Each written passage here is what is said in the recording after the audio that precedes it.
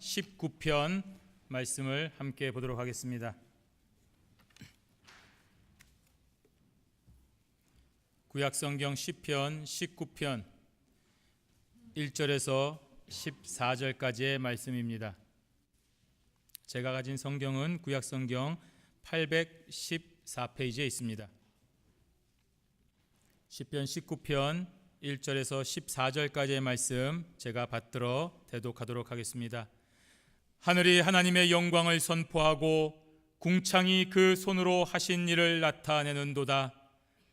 날은 날에게 말하고 밤은 밤에게 지식을 전하니 언어가 없고 들리는 소리도 없으나 그 소리가 온 땅에 통하고 그 말씀이 세계 끝까지 이르도다. 하나님이 해를 위하여 하늘에 장막을 베푸셨도다. 해는 그 땅에서 나오는 신랑과 같고 그 길을 달리기 기뻐하는 장사 같아서 하늘 이 끝에서 나와서 하늘 저 끝까지 운행하며 그 온기에서 피하여 숨은 자 없도다.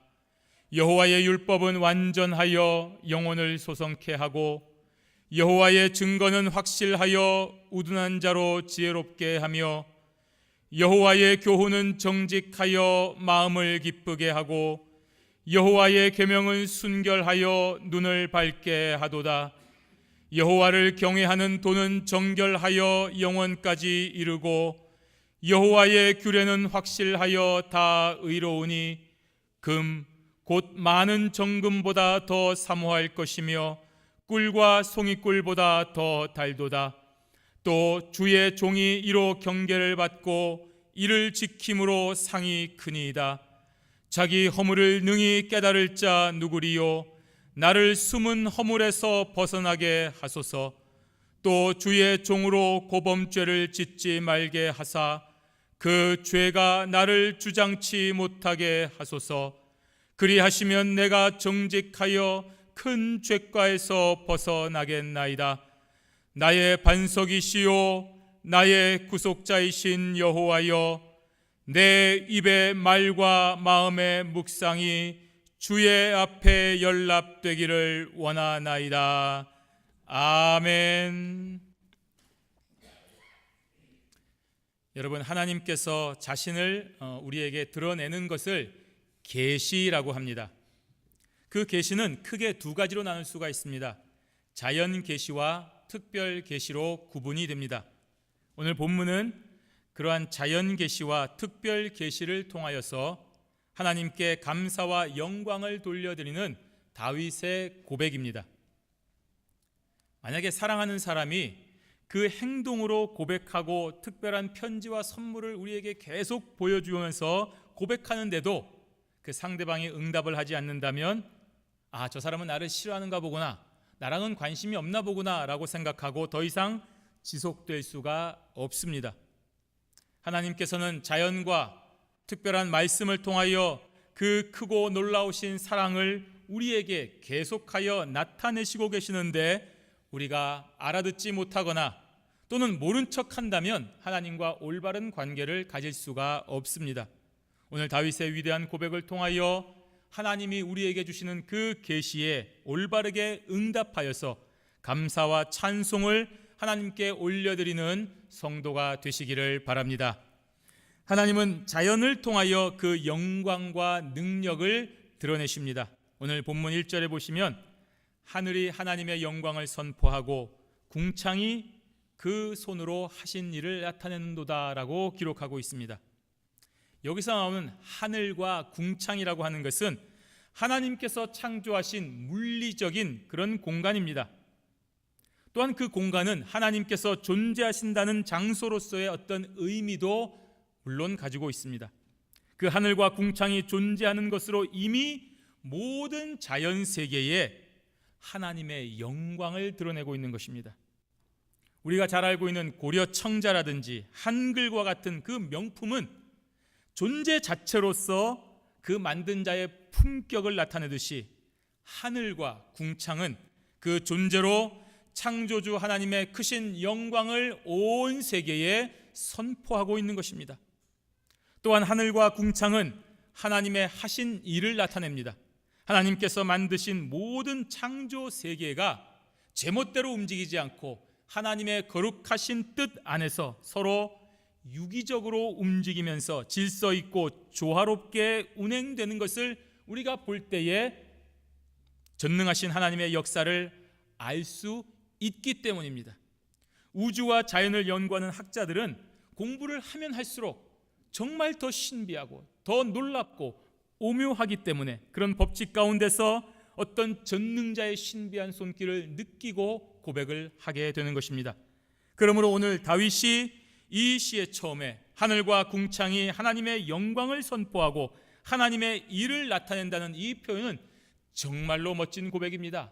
다윗이 대학을 가지 않았고 다윗이 과학을 모름에도 불구하고 하늘과 궁창의 존재만으로 하나님의 크신 이름을 선포하고 찬양할 수 있는 것은 그만큼 위대한 고백이 되는 것입니다.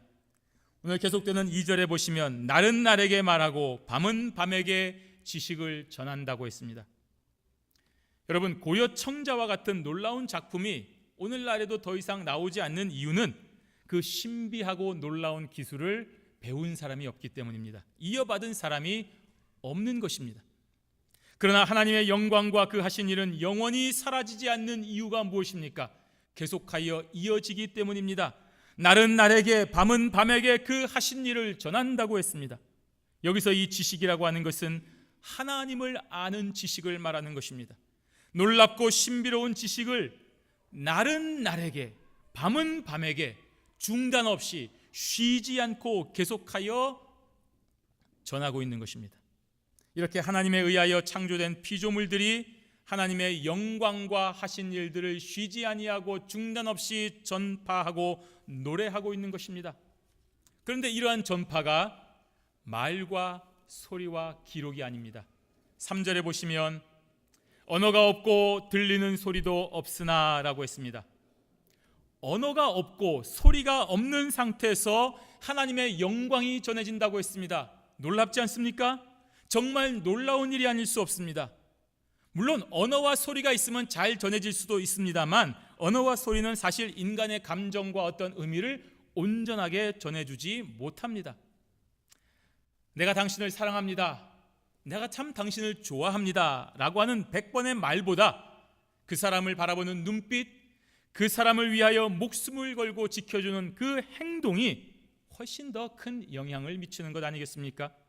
나를 위해 목숨을 바친 사람에게 야, 저 사람은 나한테 사랑한다는 말을 하지 않았다라고 해서 그 사랑을 알 수 없다라고 한다면 그 사람이야말로 진정한 사랑을 모르고 어리석은 사람이 되는 것입니다. 이처럼 하나님의 영광과 그 하신 일은 굳이 언어와 소리가 아니다 하더라도 온 우주에 퍼지고 세상 끝까지 전해지는 것입니다. 자연 계시가 이러한 역할을 하고 있는 것입니다. 오늘 4절 상반절에 그 소리가 온 땅에 통하고 그 말씀이 세계 끝까지 이른다라고 했습니다. 여기서 말하는 그 소리와 온 땅은, 그 말씀은 바로 1절에 나타난 하늘과 궁창의 소리와 말씀을 뜻하는 것입니다. 하늘의 소리, 궁창의 말씀을 말하는 것입니다. 인간이 들을 수 있는 그런 언어와 소리가 아니라 하나님의 소리, 하늘의 소리, 궁창의 말씀이 온 땅과 세계 끝까지 통하여 이르게 된다는 말입니다. 비록 우리는 들을 수 없지만 하늘과 궁창이 하나님의 영광과 그 하신 일들을 그 소리와 그 말씀으로 어떠한 막힘도 없이 통하고 세계 끝까지 이르도록 충만하다는 말입니다. 다윗은 자연에서 나타나는 하나님의 창조 계시를 이렇게 멋있게, 이렇게 웅장하게, 이렇게 기가 막히게 노래로 표현하고 있습니다. 영적으로 충만한 사람이 아니면 결코 알 수도 없고 표현할 수도 없는 그러한 고백이 되는 것입니다. 그때나 지금이나 자연은 우리에게 하나님의 크신 영광과 일들을 인간의 언어와 소리가 아니라 하나님의 소리, 하늘의 소리와 궁창의 말씀으로 오늘도 선포하고 있는 것입니다. 다윗의 시대의 자연이 위대한 것이 아니라 그때도 지금도 앞으로도 계속하여 위대하게 하나님의 크신 일들을 오늘날 온 세상 끝까지 전하고 있는 것입니다. 하나님의 영에 충만한 사람들은 반드시 이러한 계시를 통하여 하나님께 감사와 영광을 돌려드리게 되는 것입니다. 그래서 예수를 만나고 예수를 고백한 신자는 새 하늘과 새 땅을 보는 것입니다. 어저께 보았던 하늘이고 어저께 걸었던 땅이지만 예수 그리스도를 만나고 새롭게 변화된 오늘 저와 여러분들에게 저 하늘은 새로운 하늘이고 이 땅은 새로운 땅이 될 수밖에 없는 것입니다. 하나님의 영광과 그 하신 일들을 만나볼 수 있기 때문입니다. 영에 충만하여서 하늘의 소리를 들을 수 있기 때문에 그런 것입니다. 그래서 날마다 이 하늘과 이 땅을 통하여 하나님 앞에 감사와 찬송을 고백하게 되는 것입니다. 계속되는 4절 하반절에서 6절까지의 말씀입니다. 하나님이 해를 위하여 하늘에 장막을 베푸셨도다. 해는 그 밤에서 나오는 신랑과 같고 그 길을 달리기 기뻐하는 장사 같아서 하늘 이 끝에서 나와서 하늘 저 끝까지 운행하며 그 온기에서 피하여 숨은 자 없도다 라고 말했습니다. 여기서 나오는 해, 태양을 말합니다. 하나님의 창조물로 나타나는 것입니다. 지금이야 해가 어떤 과학적인 근거로 잘 밝혀져 있고 그렇지만 그 당시만 해도 태양은 두렵고 위대한 존재였습니다. 태양이 있다는 것만으로도 큰 위압감을 느끼는 그런 시대였습니다. 그래서 거의 모든 부족과 나라와 민족이 태양을 신으로 섬기고 숭배하였습니다. 하지만 다윗은 이러한 태양도 하나님의 피조물에 불과하다는 것을 분명히 알고 오늘 이 고백에 드러내고 있는 것입니다. 이처럼 하나님의 영에 충만하면 어떠한 신비하고 놀라운 자연의 일들도 하나님의 섭리 가운데 있다는 것을 확실하게 알게 되는 것입니다. 하나님께서 해를 창조하셔서 낮과 밤을 구분하게 하셨습니다. 또한 해를 통하여 적절한 온기와 기타 생명 유지의 작용을 땅끝까지 차별 없이 베풀어 주십니다. 어리석은 사람들은 그러한 태양을 두려워하고 경외하며 신처럼 섬기지만 하나님의 영에 충만한 사람들은 바로 그러한 태양을 만드시고 사용하시는 하나님의 섭리와 은혜를 깨닫고 태양 너머의 하나님을 바라보고 하나님 앞에 감사와 영광을 돌려드리는 것입니다. 그러므로 오늘 이 추수감사주일의 추수의 기쁨과 즐거움은 하늘과 땅과 태양을 만드시고 주관하시는 하나님께 온전히 돌려드려야 마땅한 것입니다. 여러분, 이민사회의 힘든 과정 속에서 저와 여러분들의 부모님은 자녀들을 위하여 집과 음식을 비롯한 모든 환경을 정말 최대한 제공하였습니다. 따라서 자녀들이 자신들이 이룬 모든 것에 대하여 마땅히 부모님께 감사와 영광과 존경을 돌려드려야 됩니다. 그렇지 않고 내가 머리가 좋아서, 내가 열심히 노력해서, 내가 성실하게 잘 살아서 이 모든 것이 이루어졌다라고 주장한다면 우리는 그러한 자녀들을 교만하고 어리석은 자라고 말하는 것입니다. 심지어 정말 자신이 스스로 용돈을 벌어서 마련하고 장학금을 받아서 학교를 다녔다 하더라도 그 부모가 아니고서는 애초에 태어나지도 못했고 시작도 할 수 없었음을 분명하게 알아야 됩니다. 그러므로 오늘 기쁜 추수감사주일에 저와 여러분이 받은 놀라운 열매들이 있다고 한다면 그것은 바로 온전히 하나님의 크신 영광과 능력 가운데 주어진 것임을 기억하시고 감사와 찬송을 크고 놀라운 은혜를 베풀어 주신 하나님 앞에 다 올려드리는 지혜로운 성도들이 되시기를 바랍니다. 두 번째로, 하나님은 말씀을 통하여 당신의 특별한 사랑과 은총을 아주 구체적으로 저와 여러분들에게 알려주고 계십니다. 이렇게 하나님의 자연 계시를 통하여 모두 다 알고 영광을 돌리면 얼마나 좋겠습니까? 많은 대부분의 사람들이 이러한 놀라운 사실을 결코 깨닫지를 못합니다. 그래서 하나님은 자연 계시 이외에 특별한 계시를 통하여 그 어리석고 우둔한 자들에게 알게 하시는 것입니다. 7절 말씀해 보시면 여호와의 율법은 완전하여 영혼을 소성케 하고 여호와의 증거는 확실하여 우둔한 자로 지혜롭게 한다고 했습니다. 여러분, 하나님의 말씀은 흠도 없고 오류도 없습니다. 완전합니다. 그래서 우리의 영혼에 생기를 불어넣어 새롭게 하는 것입니다. 지치고 상한 심령에 새 힘을 넣어 새롭게 주님을 향한 사랑으로 충만하게 하는 것입니다. 하나님의 말씀은 세상의 헛된 욕망과 일들에 지치고 상한 자들을 회복케 하는 능력이 있는 것입니다. 하나님의 말씀은 확실하여 어떠한 어리석은 자라 할지라도 지혜롭게 만드는 것입니다. 세상의 철학과 학문은 모호합니다. 아무리 철학을 공부하고 아무리 학문을 열심히 공부해도 이것이 과연 진리로 인도하는 것인가 모호하고 여러 갈래로 나타나지만 하나님의 말씀은 오직 한 길, 진리의 길, 구원의 길로 우리 모두를 인도하는 것입니다. 그러므로 성도는 오로지 여호와의 말씀만 의지하는 것입니다. 계속되는 8절에 여호와의 교훈은 정직하여 마음을 기쁘게 하고 여호와의 계명은 순결하여 눈을 밝게 하도다라고 했습니다. 여러분, 하나님의 말씀이 주는 교훈은 정직하여 마음을 기쁘게 하는 것입니다. 올바른 길로 인도하기 때문에 그렇습니다. 여기는 학생들을 꿰어서 다른 곳, 학교가 아닌 다른 곳으로 인도하면 여러분 마음이 불안합니다. 난 지금 학교에 있어야 되는데. 학생은 학교에 있어야 기쁘고 안심이 되는 것입니다. 회사원은 직장에 있어야 기쁘고 안심이 되는 것입니다. 이처럼 인간은 그 존재의 의미가 확실한 진리 가운데 있어야 안심되고 기뻐하는 것입니다.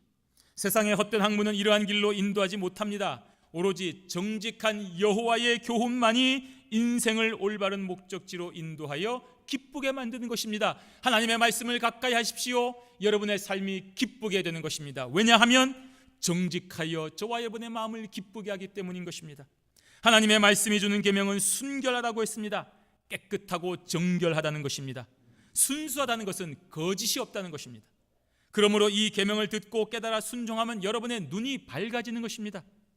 그래서 무엇이 선이고 무엇이 악인지를 정확하게 구별할 수가 있는 것입니다.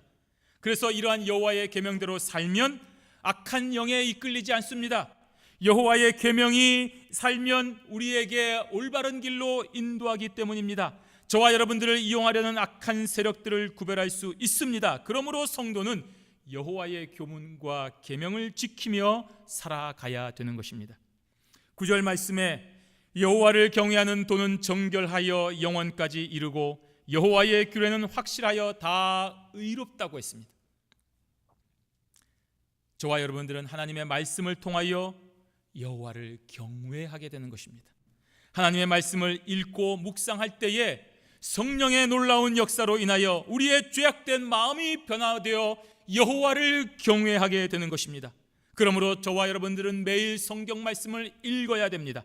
그러면 항상 여호와를 경외하는 성도의 삶을 은혜 가운데 살게 되는 것입니다.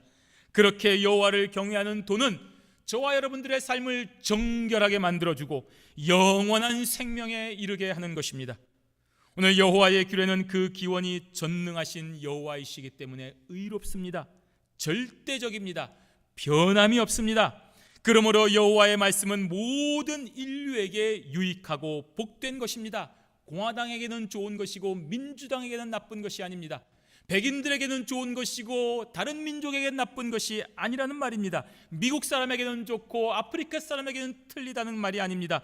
여호와의 말씀은 모든 인류에게 똑같이 유익하고 똑같이 복된 것입니다. 그러므로 세상의 어떤 보화와도 비교할 수가 없는 것입니다. 10절 말씀에 금, 곧 많은 정금보다 더 사모할 것이며 꿀과 송이꿀보다 더 달도다라고 했습니다.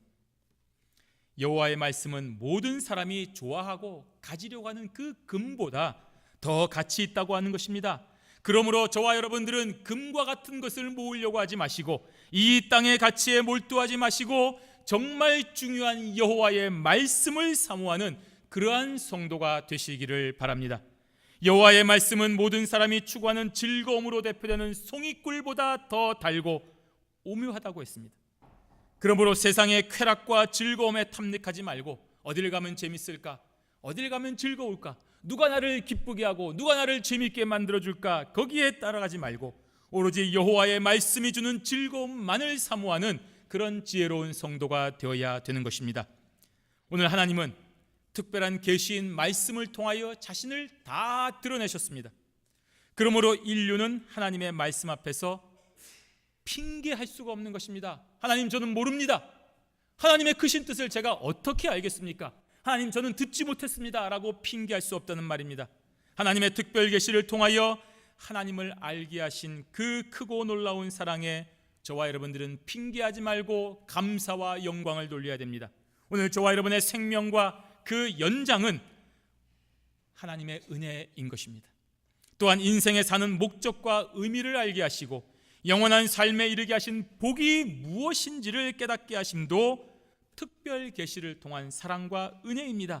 하나님의 말씀이 아니면 저와 여러분들은 왜 살고 있는지, 왜 살아야 되는지, 어떻게 살아야 되는지를 전혀 알지 못하는 것입니다. 그저 배고프니까 먹고 나를 좋아해 주는 곳에 찾아가고 오늘도 나와 함께 부어라 먹어라 마셔라 하는 그런 친구들과 함께 죄악된 삶에서 허우적거리면서도 그것이 지옥길로 가는 것인지를 모르는 상태로밖에 살 수가 없다는 말입니다.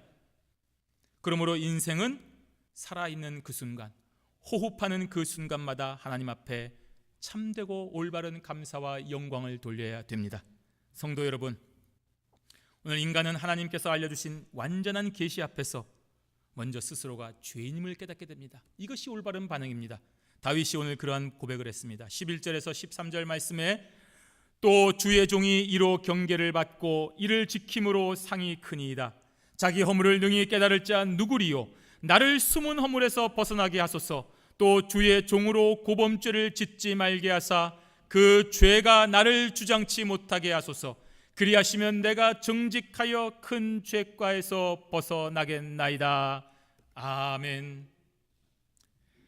하나님의 계시를 통해서 큰 축복이 있는 것을 깨달았지만 그 축복과 함께 곧 이어서 어쩔 수 없는 죄인임을 스스로 깨닫게 되는 것입니다. 하나님의 크고 놀라운 계시와 말씀 앞에서 자신을 돌아볼 때에 무가치하고 타락하고 멸망에 처할 수밖에 없음을 절실하게 깨닫고 기도하게 되는 것입니다. 어두울 때는 몰랐지만 햇빛이 비칠 때 우리 집안이 얼마나 더럽고 얼마나 추악한가를 그제서야 깨닫게 되는 것처럼 하나님의 특별한 계시를 만나게 될 때에 저와 여러분들은 내 자신이 얼마나 무가치하고 더러운 악한 죄인인가를 깨달을 수밖에 없는 것입니다. 그리고 하나님 앞에 기도하게 됩니다. 이러한 죄악 가운데서 저를 건져주시기를 간구하게 되는 것입니다.